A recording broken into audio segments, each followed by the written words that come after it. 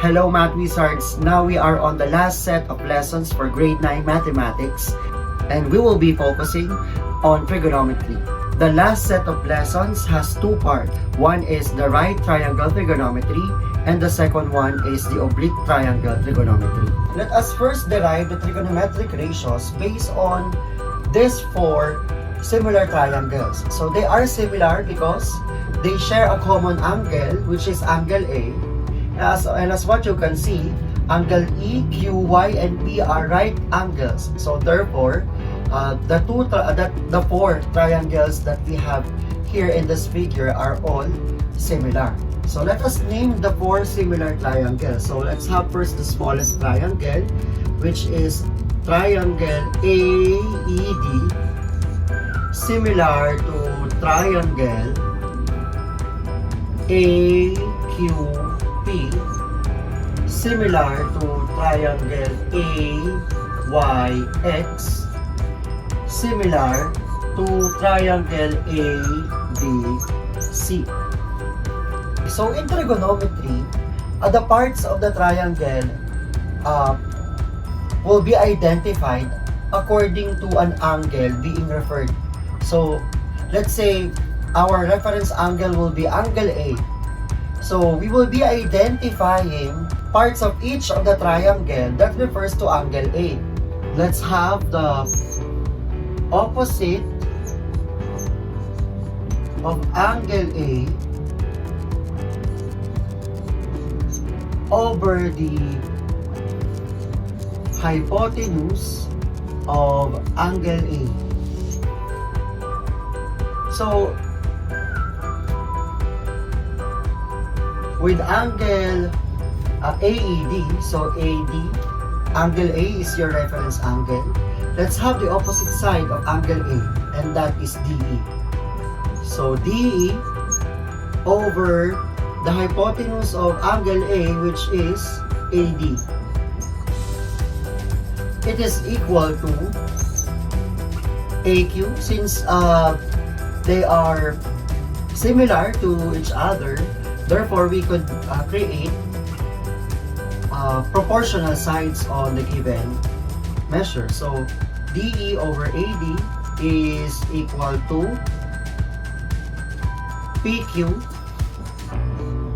over AP, equal to YX over AX, equal to BC over AC.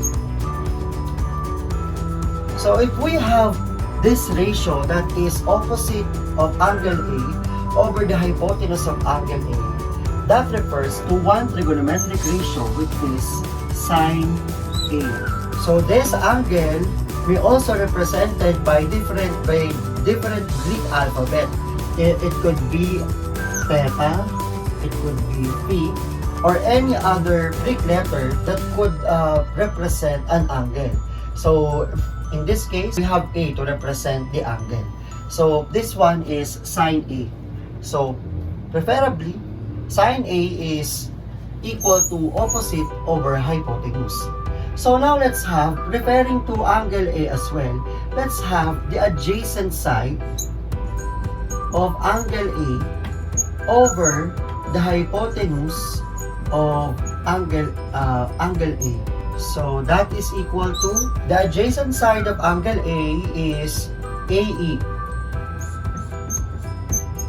over the hypotenuse, which is AD, equal to AQ over AP, equal to AY over AX, equal to AB over AC. And that refers to another trigonometric ratio, which is cosine A. So the whole thing is cosine and sine. Let's have another ratio, which is opposite over adjacent. This one is referring to angle A. The opposite side of angle A here is DE. over the opposite side of the adjacent side of angle A, which is AE. It could not be AD because in the given, it refers to the hypotenuse of the triangle. So, continuing our ratio, you will have with angle A, referring to angle A, our opposite side is PQ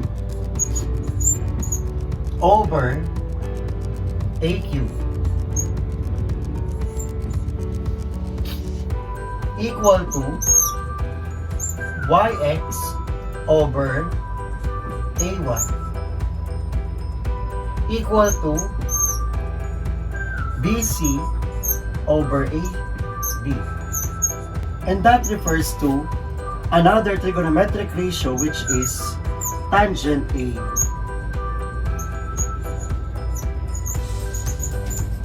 Okay, so let's assign values. Let's assign measures of the sides of the given triangle. And if we are to substitute the values of DE, let's say DE, that is 3 over 5. So assigning values to PQ, that is 6 over 10, equal to YX, which is 9 over 15, equal to BC, which is 12 over 20. If you are to get the simplest form or the lowest term of each of the ratio, you will always lead to 3/5. This means that for whatever size of a triangle is, and if it refers to a certain angle, its ratio or its trigonometric ratio will be the same. For us to have an easier way to memorize the ratios of each of the trigonometric ratios given, we have what we call the SOHCAHTOA.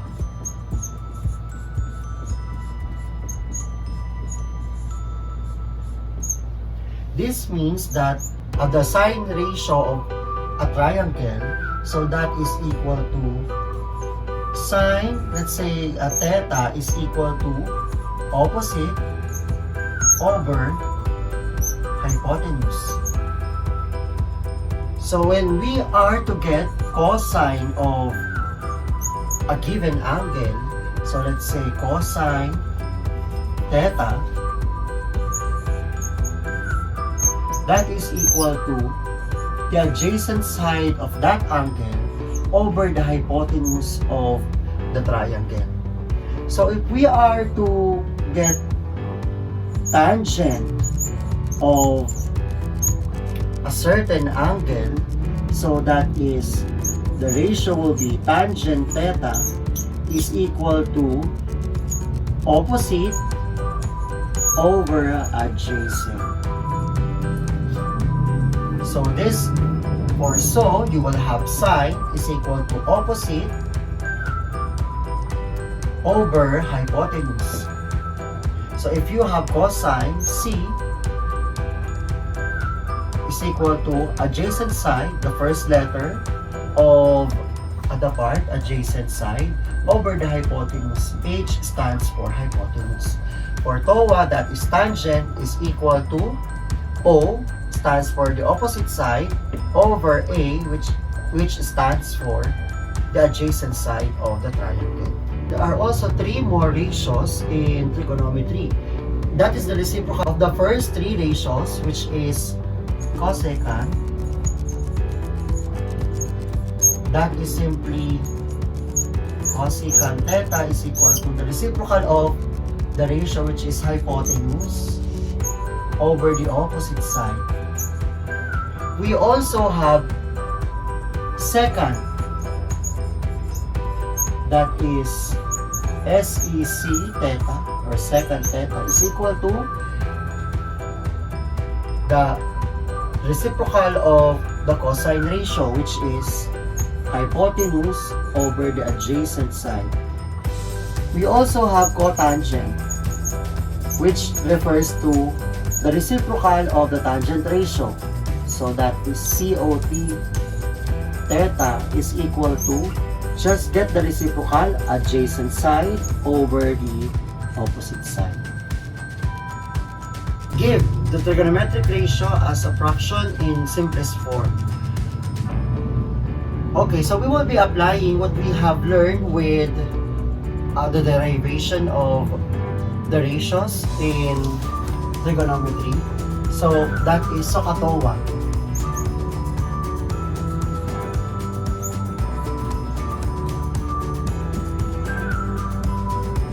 So we are to get the 6 trigonometric ratios. So for us to get the other 3, which is cosecant, secant, and cotangent, we will just get the reciprocal of sine, cosine, and tangent respectively. Okay, so there are 2 possible ratios or set of 6 trigonometric ratio in a certain triangle, and that refers to angle A and angle C. So we will not be able to determine the 6 trigonometric ratio of a right angle. So that is only good for the 6 trigonometric ratios of the acute angles in a right triangle. So let's have sine A. So referring to angle A, so we will be having opposite over hypotenuse. So we will be having the opposite of angle A, which is 5, over the hypotenuse of the triangle, which is 13. On the other hand, let's have cosine A. So cosine A is the adjacent side. Cosine, adjacent side over hypotenuse. So adjacent side of angle A is 12. So that is 12 over the hypotenuse, which is again 13. So let's have tangent. So tangent A is TOA in our mnemonic, SOHCAHTOA. So tangent is equal to opposite over adjacent. So opposite side of angle A is 5 over the adjacent side, which is 12. So 5 over 12.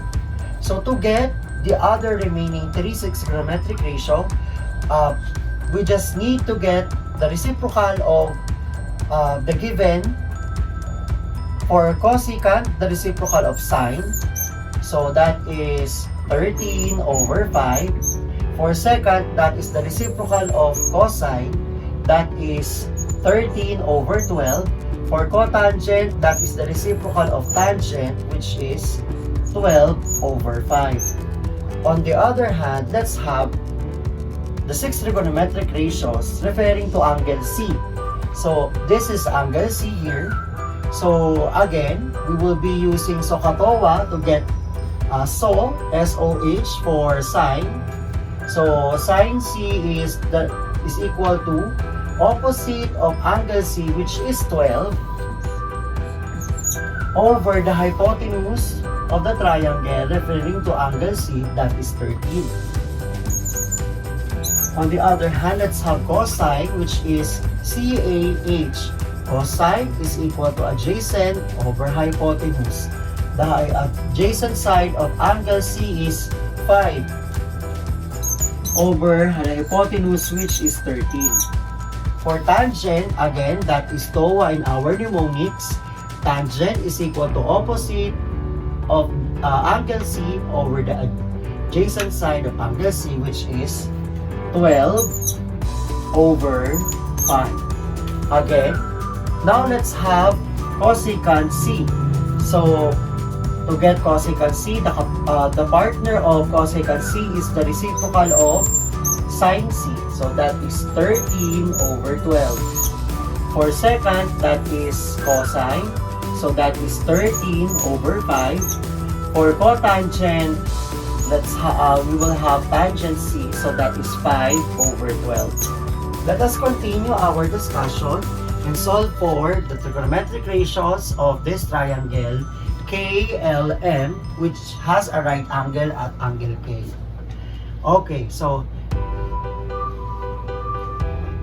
in the given, one of the measures is missing. So we will be using Pythagorean theorem to solve for Km. Okay, so we will be having 34, which is the hypotenuse. So x, which is Km, plus 16 squared is equal to 34 squared.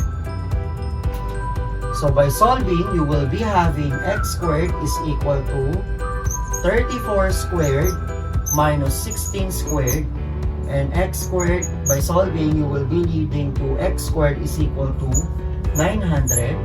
So x is equal to 30. So if you solve by using calculator, for you to have an easier way to solve, 34 squared minus 16 squared is equal to 900. Get the square root, you will get 30. So the answer is 30. So now let's have sine L. So again, we will be using the mnemonics, which is SOHCAHTOA.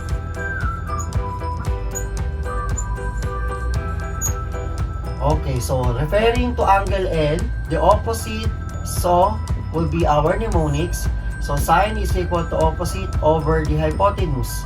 Opposite of angle L is 30. So that is 30 over the hypotenuse, which is 34. So in our direction, we need to express the fraction in simplest form. And the simplest form is 15 over 17.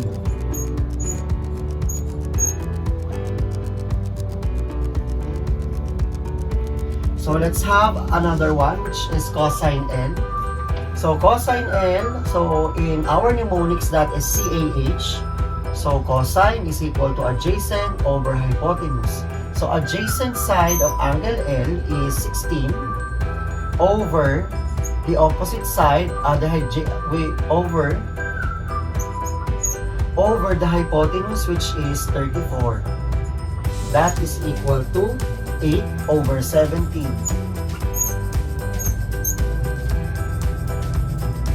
Now let's have tangent L. So for tangent L, that is TOA. So tangent is equal to opposite over adjacent. So that is opposite side of angle L is 30 over the adjacent side 16. That is equal to 15 over 8. Now let's have cosecant L. So the partner or the reciprocal ratio of cosine L is sine. So we will just have the reciprocal of sine L, which is 17 over 15. For secant, that is cosine. So that is 17 over 8. For cotangent L, that is the reciprocal of tangent L, which is 8 over 15. Now let's have sine M. For sine M, referring to this angle in the figure, we will be having sine, which is opposite over hypotenuse. That is 16 over 34. Or simply, in simplest form, that is 8 over 17.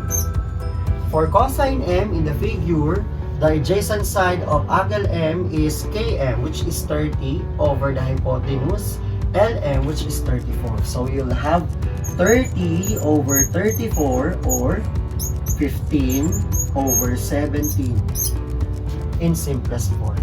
So tangent M, so that is opposite over adjacent. So the opposite of angle M is 16 over the adjacent side 30. So 16 over 30 or 8 over 15. So let's have the value of the cosecant, and that is the reciprocal again of sine M, that is 17 over 8.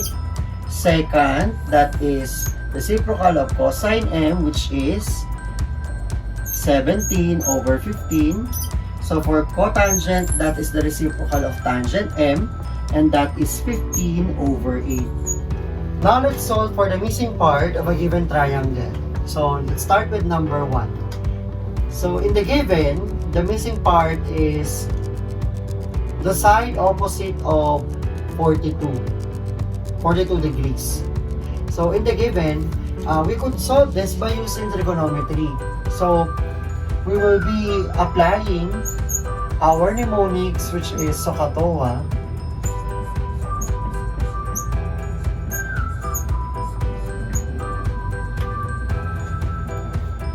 So, one of the difficult or confusing part of solving this kind of problems is that what is the appropriate trigonometric ratio to be used to solve for the given triangle. So in this case, we are to solve the opposite side. 25 is the hypotenuse of the triangle, therefore, it involves opposite and hypotenuse. So you will be using sine. So sine 42 is equal to the opposite over the hypotenuse, which is x, over hypotenuse, which is 25. So we are to solve for x. So you will be using scientific calculator to solve for the missing part. So by cross multiplication, the answer will be x multiply both sides by 25. So 25 times the quantity sine 42 degrees is equal to x. Okay? So how are we going to use our scientific calculator? So you will get the value of sine 42. So just make sure that the mode of your calculator is in degrees. So sine 42 is equal to 0.6691. So if you haven't had yet your final answer, use for the 4 decimal places. So 25 is equal to 0.6691 is equal to x. And then multiply by 12. The answer will be x is equal to 16.73. Press your answer in 2 decimal places. So the answer is 16.73. Since it is a measure, so measure of the side, so you will be having units. 16.73 units. Number 2. So again, the given is 75 degrees and its opposite side is 12, and the one that is missing is the adjacent side, which is x. So referring to our mnemonics, which is SOHCAHTOA,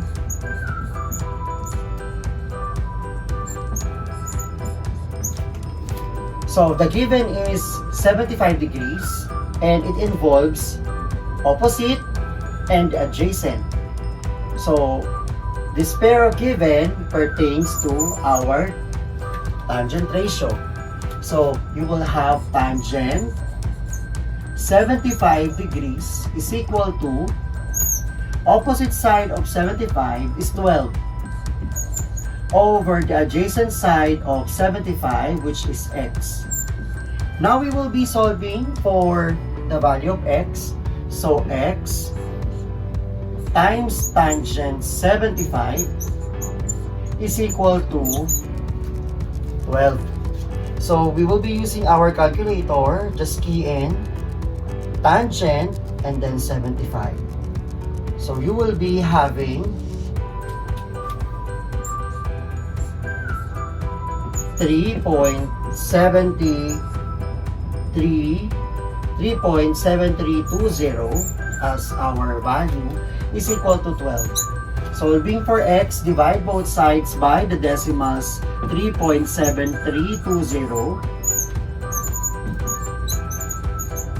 So x is equal to, by using your calculator, you will get 3.22 as our final answer. 3.22 units. Okay, let's have number 3. So in the given, it involves 36 degree angle, and the given are its adjacent side, which is 19, and the opposites and the hypotenuse, which is x. So you will be using between sine, which is with our mnemonics, SOHCAHTOA.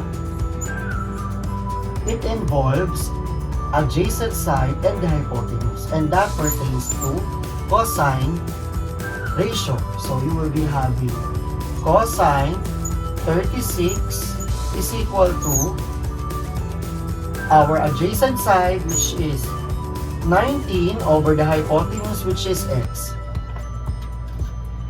So solving for x, so x cosine 36 is equal to 19. By using your scientific calculator, let's key in the value of cosine 36, and that is x times 0.8090 is equal to 19. Dividing both sides by 0.8090,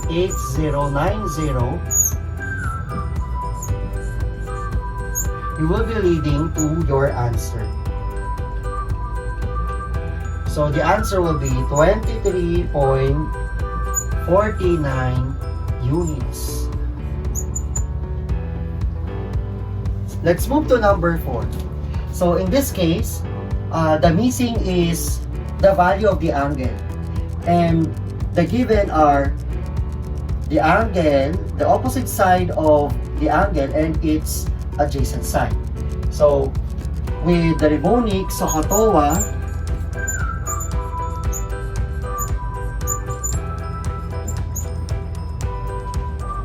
referring to our given, which is the opposite side of angle x, and the adjacent side, it pertains to the tangent ratio. So you will be having tangent x is equal to opposite over adjacent, which is 9 over 20. So for this one, we will be identifying the value of our angle. So you will be having the second function of, in our calculator, you will be using the second function. So let us first have x is equal to arctangent 9 over 20. This is just second function in our calculator. So to get the value of this one, so you will just key in shift tangent. So on the screen of your calculator, that will be tangent raised to -1. And then key in your value, which is 9 over 20, and that is equal to 24.23 degrees, and that is our final answer. Number 5. So let's have the missing, which is an angle, and it involves the adjacent side and the opposite and the hypotenuse of the triangle. So it involves, so based on the given, we will be using cosine as our cosine ratio to solve for the value of x. So cosine x is equal to the adjacent side, which is 17, over the hypotenuse, which is 32. So again, that is x is equal to arc cosine 17 over 32. So x is equal to arc cosine 17 over 32. And that is 57.91 degrees. So now let's have number 6. So in the given, we have the measures of the side opposite of the angle, which is x, and the hypotenuse, which is 28. So you will be using, so that involves opposite and the hypotenuse of angle x.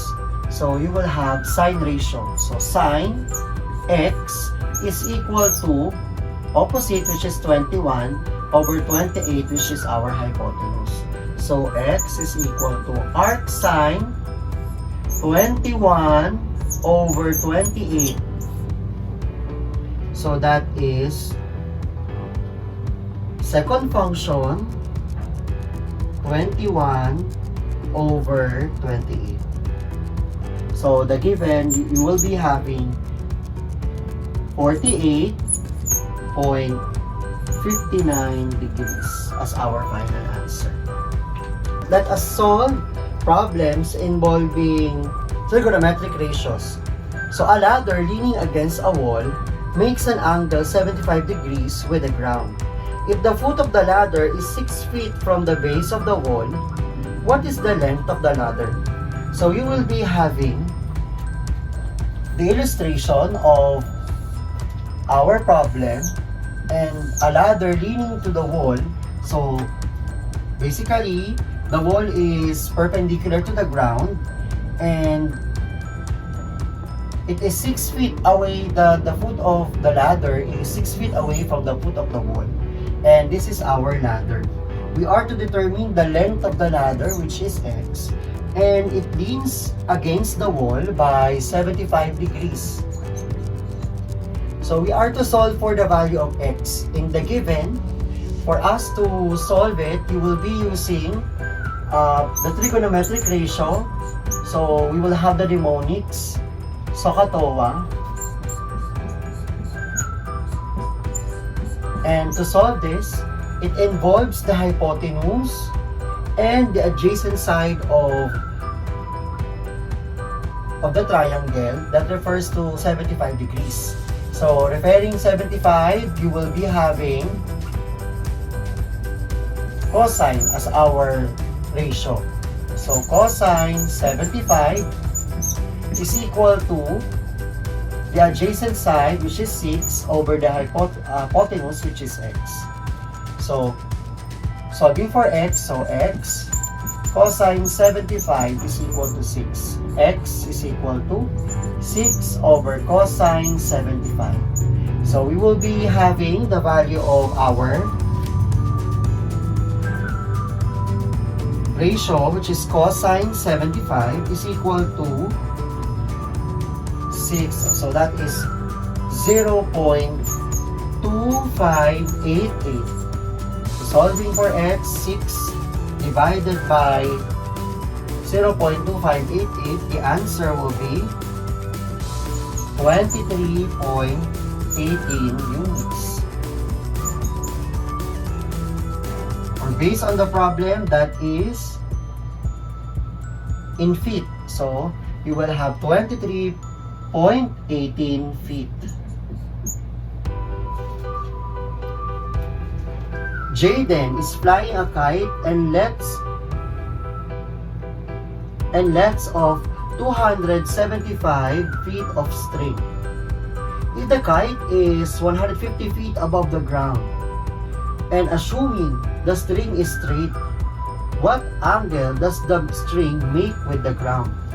So you will be having, so let's say this is the string of the kite, and this is, the kite is 150 from the ground.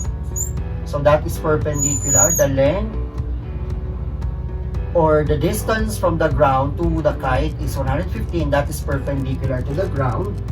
And the string that was let off is 275 feet. And we are to determine the angle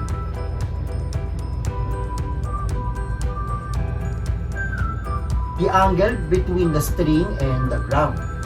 So this is x. So based on the ratio, and our mnemonics was SOHCAHTOA, you will be using, referring to angle x, the given is the opposite angle and the hypotenuse. So you will be using sine ratio. So sine x is equal to the opposite side, which is 150 feet, over the hypotenuse 275 feet. So you will be, to get the value of x, that is arc sine 150 over 275. So by using your calculator, so second function, with that, since you are pertaining to an angle, you will be using second function. So arc sine of 150 over 275, that is equal to 33.06 degrees. Therefore, our answer is 33.06 degrees. I hope you have learned something about our lesson for today. See you again on our next video. Like, share, and comment your suggestions on the comment box below, and don't forget to subscribe. To get notified with our latest videos, just click the notification bell.